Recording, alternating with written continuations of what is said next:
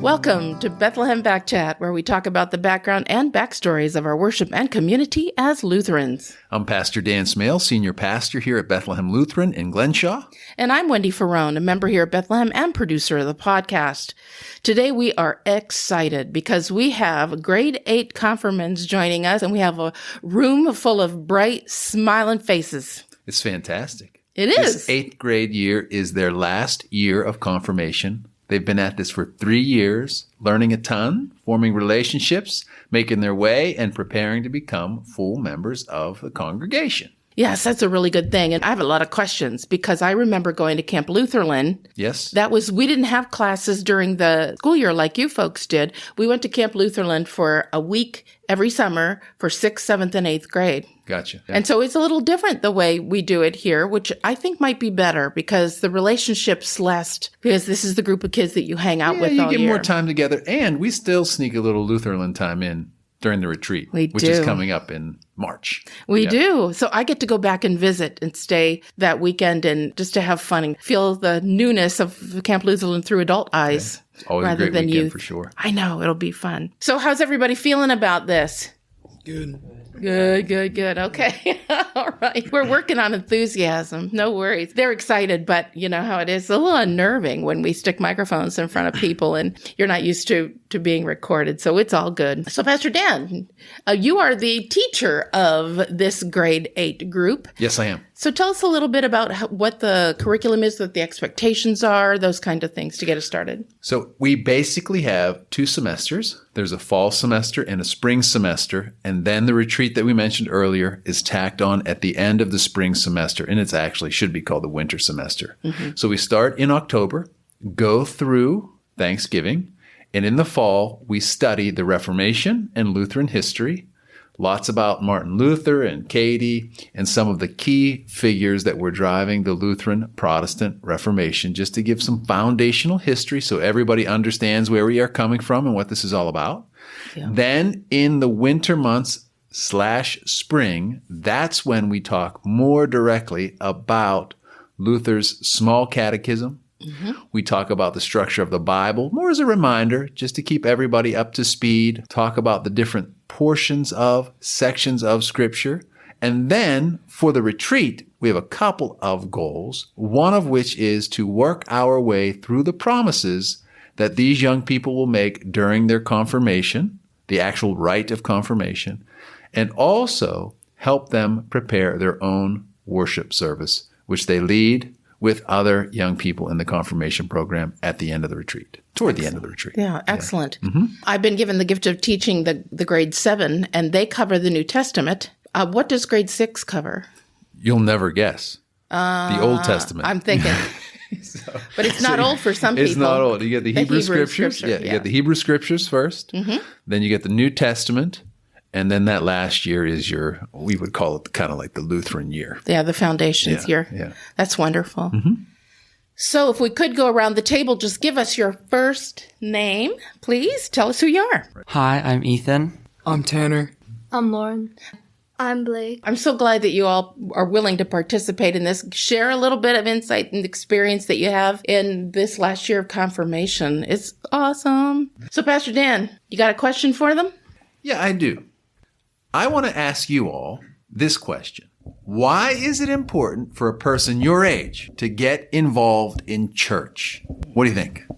I think it's important to learn about Jesus and God's story and how the religion was formed. And that's nice, Tanner. Very good. That is the point, isn't it? Yeah. Well done.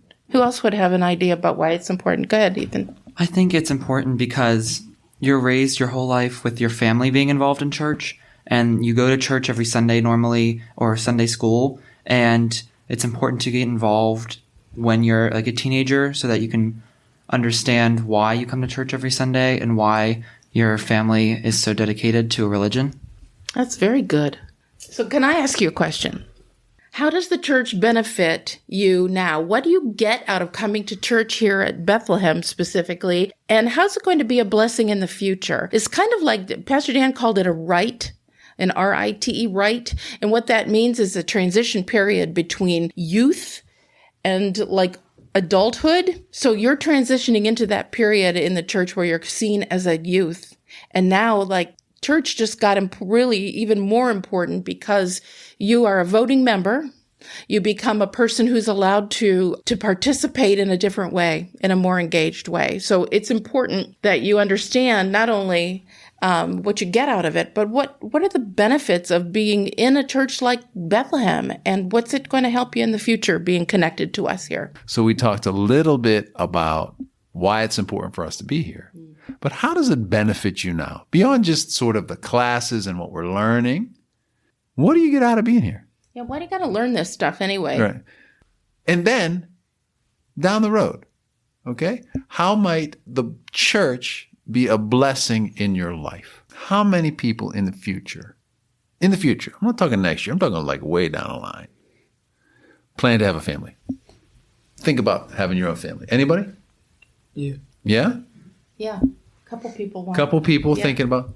Now, Tanner, you meet Mrs. Wright. She says, "Want to get married?" Where would you go? Where might that happen? Well, it could happen in Hawaii, or it could happen Our church. right. Exactly. So that's what we're thinking about, right? Mm-hmm.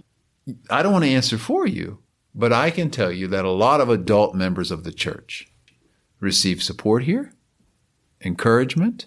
They have friendships and community, and also find value in the learning, like you guys talked about earlier, but also the opportunities for service. Because right now, life's a lot about school and sports and doing well and making your way. But there comes a time and there comes a season where you want to give back. And the church is a great, great place to do that because everything's already set up for you. Yeah. If you're sitting at home and you say to yourself, I'd really love to help the homeless, what do? Where would you go for that? Who would you connect to? But if you're sitting at home and you say, I think it's important to help the homeless, all you really have to do is call Bethlehem. And we'll get you connected with folks who bring clothes, folks who bring food to a pantry, mm-hmm. folks who deliver meals to homeless men that are hungry. So all that kind of stuff is happening in the life of your congregation. And all of that can be a benefit. If you get married at Bethlehem, that's one thing. And then later, further on down the road, I mean, you can't even imagine this, but you might have kids. And on Sunday morning, what might you do with those little ones? What did your parents do with you? Brought you where? Right here, right? Yeah. So on all of that is still around to add to the quality of your life presently. Certainly, there's a lot of potential to add to the quality of your life in the future, too. Mm-hmm. Yeah. For sure. Yeah. So what do you think, Blake? Any answers? I think that I agree, like, it's important to, like, come here and, like, take classes and, like, it'll, like, help you in the future that way. I agree. The more you know, the more you'll think, wow, how could I not have known this? And then you know more, and then you know more, and then you know more. And not only that, it builds a stable place. This place has been here for a long time. And even the people may move around and change a little bit. But when you walk in here, this is your home. This is a place that, you know, the pastor is, and you can say, well, I have a really hard time making a decision. They'll say, well, pull up a chair, let's talk. So you can always come here for advice and direction and help you understand what's baptism all about. You know, people ask you questions like that. We talked about in the future, raising your family and all that other stuff. What I was thinking about as a teenager, it really gets difficult because a lot of things happen in your teen years, and you have to make some really important decisions about behavior and about whether you're going to do something that is serves you well or it doesn't, and you get tempted with things. If you have a background in what you're learning here, You're going to Sunday school and you go to confirmation and you go to Bible study, those types of things. You get an understanding of the expectation of how to handle when somebody asks you to do something that you know is wrong. I think the Bible has told us about that kind of behavior. And so I'm going to walk away from that. It gives you a sense of right and wrong and a foundation, a place to land if things get a little rough. So, the confirmation part of all of this, it helps you understand that there's a lot of things that come before you that'll help you get through any phase of your life, especially your teenage years, which are often difficult. How many of you, your parents made you come? They make you come to confirmation class. My parents forced me. You will be going. Hopefully you just tiptoe in the door. I hope you just walk in here and go, I love it here. That would be great. But my question is, why is it important to come here every Sunday night and sit around a table and have a conversation about these topics?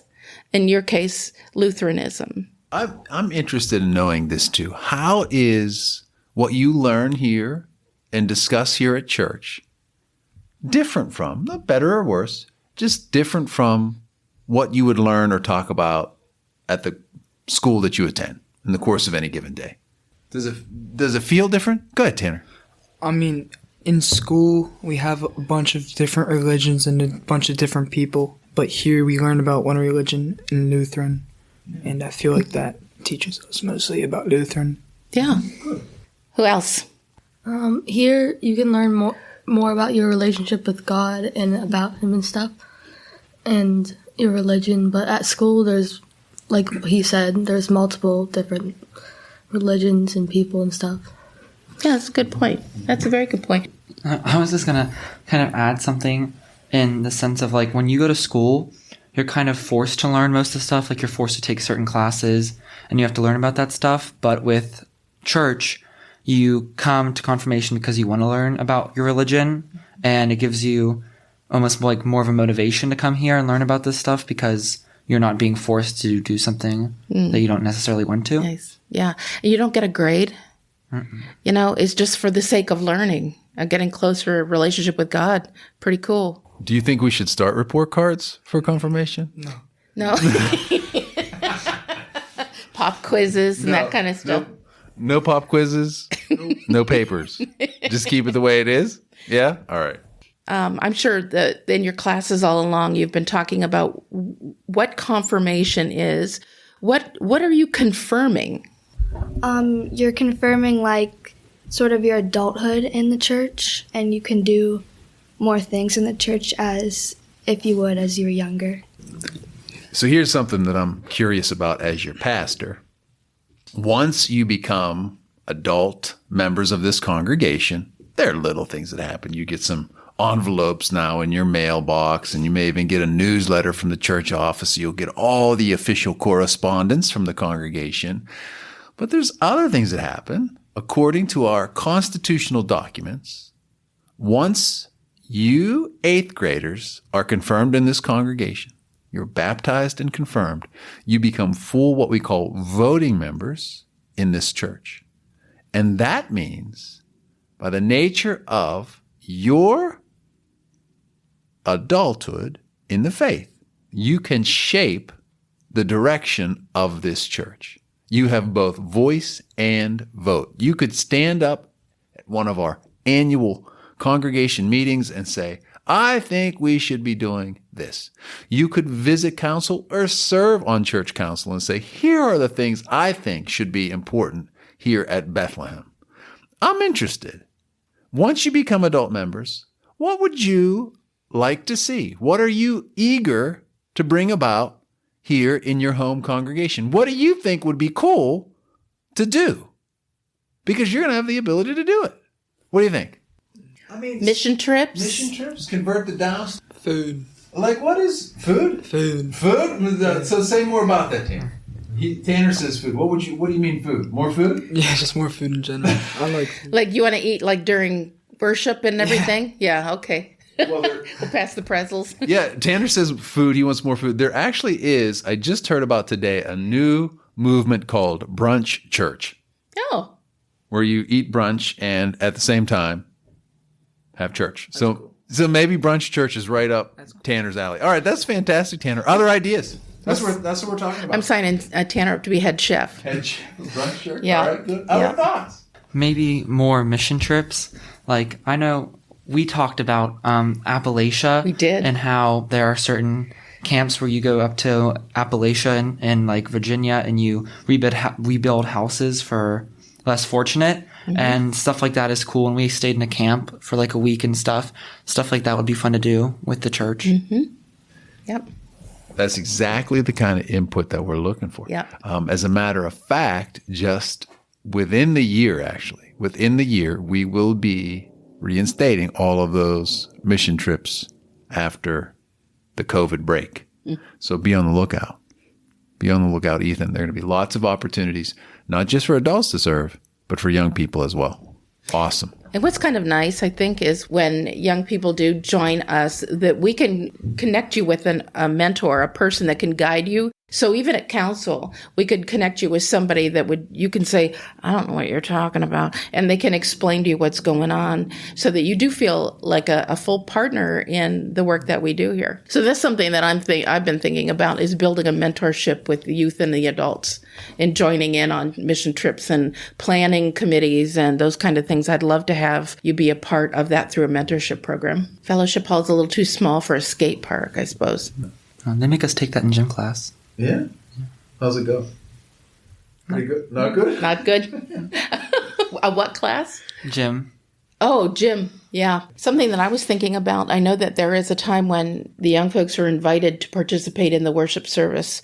They lecture and do more than just acolyting. So I'm curious if anyone would be interested in becoming a lector or becoming a communion assistant or those kinds of things that other full members do. What do you think? Any takers? Anybody here be willing to read the lessons on a Sunday morning or Saturday evening? We can help you with the big words, because there's some weird names in there. What do you think, Blake? Anybody?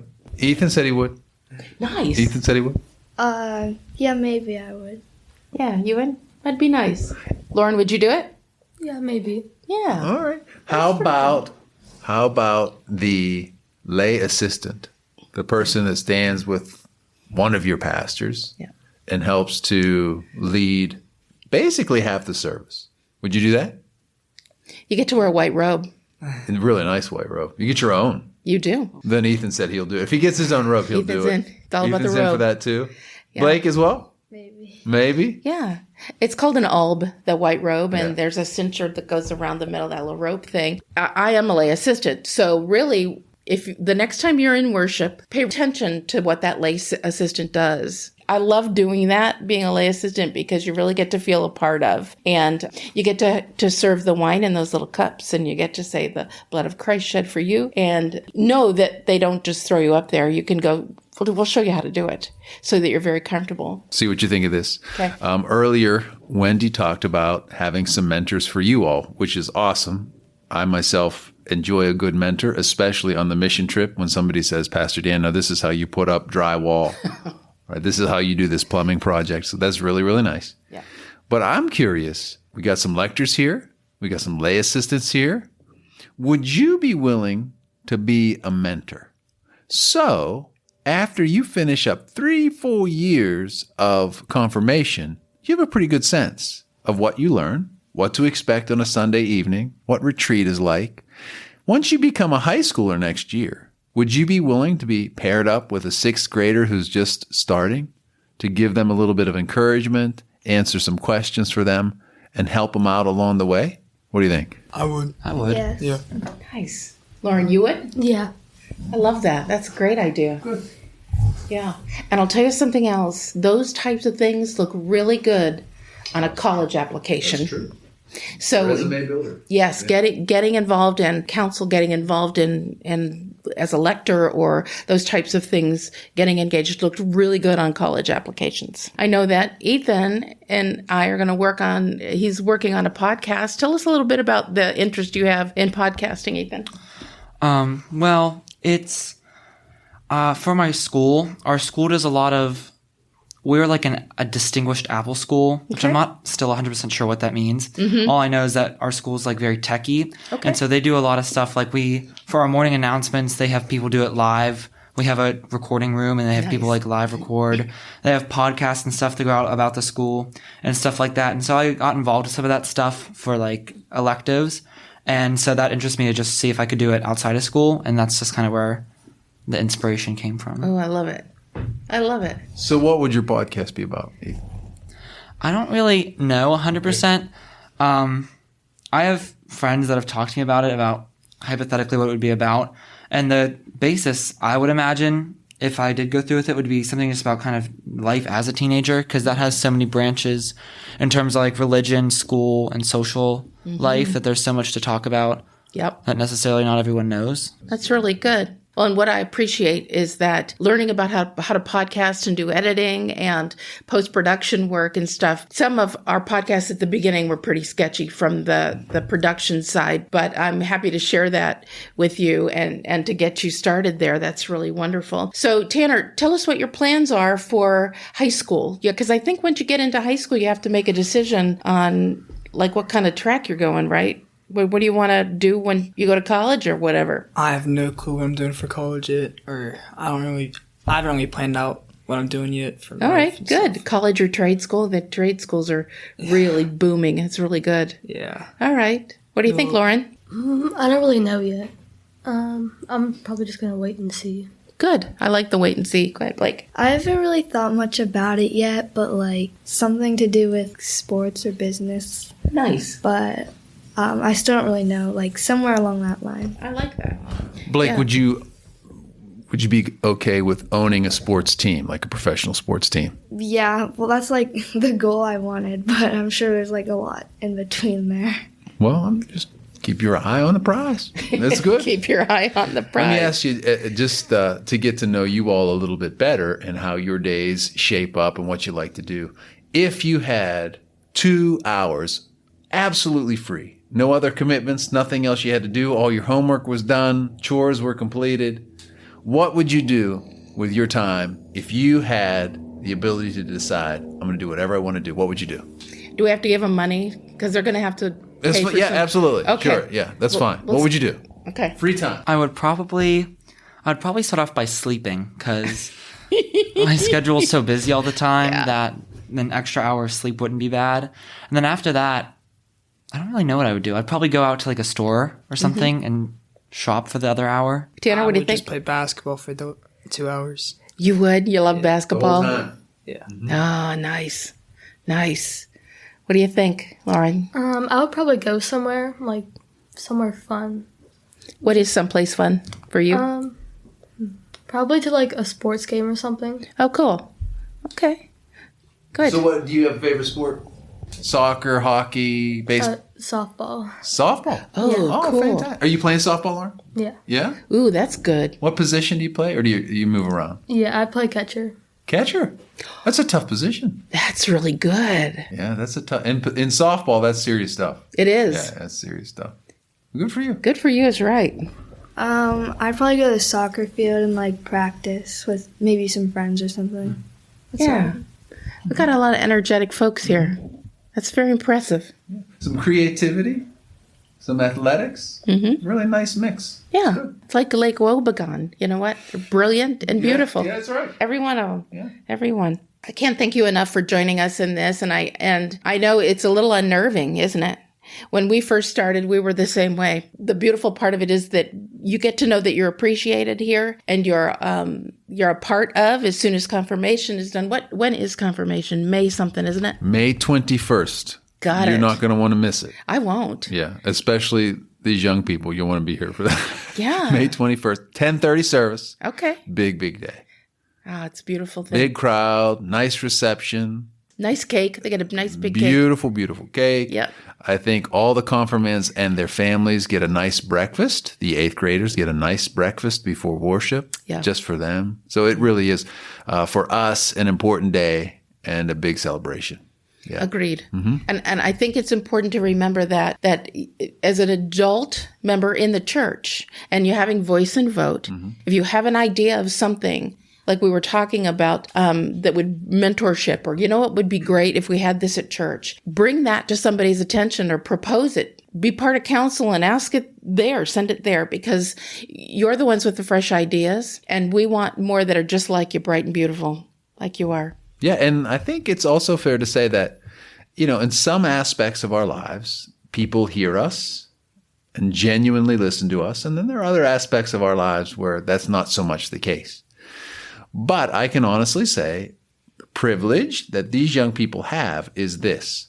I know all the adult leaders in this congregation very, very well. Mm-hmm. And there is not a single one of them that would not take seriously the input of one of our young people. Oh, I agree. So that's an important thing to know. Mm-hmm. If you have an idea, if you have something you're concerned about, if you have something you want to share, your voice will absolutely be heard and taken seriously. It absolutely will. Yep. Very good. My thanks again to Blake and Lauren, Tanner, and Ethan. And thanks to you, Pastor Dan. Yeah, and if we usually finish up with one quick question for Pastor Dan. Like a final question? Yeah. Final question for our confirmands, our 8th graders. If you could give one piece of advice to the 7th grade confirmation students, what would it be? One piece of advice. I would probably say something about looking at your catechism, or something for when we do the test or something, just look at your study guide once so you just pass the test and don't have to take it again. The learning never stops. Thanks, you everybody. Again. This was Thank wonderful. You so Good much. to be with you as always. God bless. Take care. Please be sure to check out the website, all the different activities that are taking place here at Bethlehem. We are edging ever closer to the Lenten and Easter season, so our calendar is absolutely full, and we would love to see you. God bless you.